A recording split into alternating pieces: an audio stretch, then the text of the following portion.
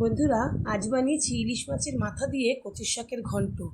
আর ইলিশ মাছের মাথা দিয়ে বা যে কোনো মাছের মাথা দিয়ে কচুর শাকের ঘন্ট ভালোবাসে না এমন মানুষ মনে হয় পাওয়া যাবে না। তবে কি করলে অনেক সময় কচুর শাকে কিন্তু গলা চুলকোয় বা গলা ধরে, কি দিলে পরে এই গলা ধরবে না বা চুলকোবে না। যারা জানো তো জানোই, যারা জানো না তারা কিন্তু পুরো রেসিপিটা দেখো। লাস্টে আমি কি দিলাম সেটা তাহলে তোমরা জানতে পারবে।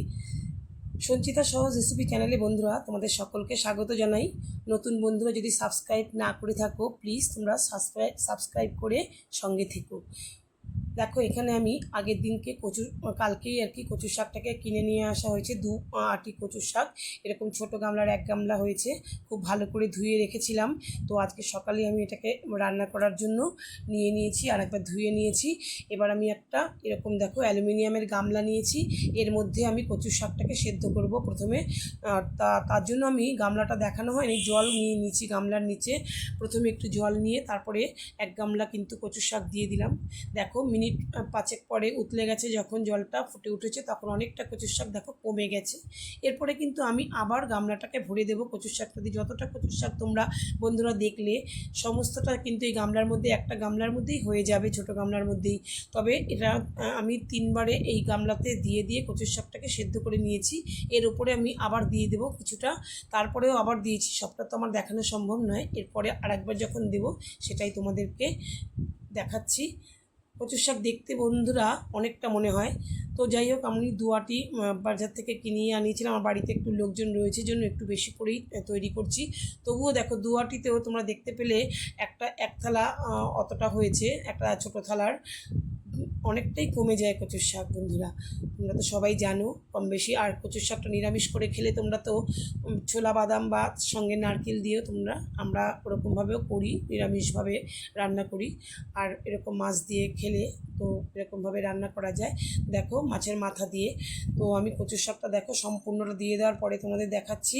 আরও 10 মিনিট পরে আমি দেখালাম। দেখো, একদম কচুর শাকটা সবটাই দেওয়া হয়ে গেছে, তবুও কিন্তু এই হাফ গামলা মতন হয়ে গেছে। একদম শেষে কচুর শাকটা কিন্তু আমার সেদ্ধ হয়ে গেছে। এবার আমি এই কচুর শাকটাকে একটু ঢেকে রাখবো, ঢেকে রেখে পরে জলটা গেলে কচুর শাকটা জলটা একদম চেপে চেপে করে নেব। কচুর শাকটা আমি অফ করে দিলাম।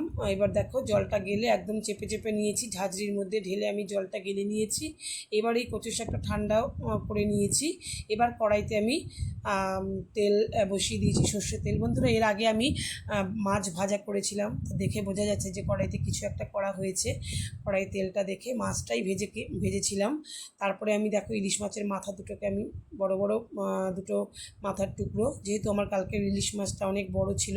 আর তোমরা যারা কালকে আমার রেসিপিটা দেখেছো ইলিশ মাছ দই ইলিশ ভাপা, তোমরা দেখে যারা ভালোবেসে কমেন্ট করেছো তাদের সকলকে কিন্তু আমি ধন্যবাদ জানাই তোমরা আমার রেসিপি দেখার জন্য।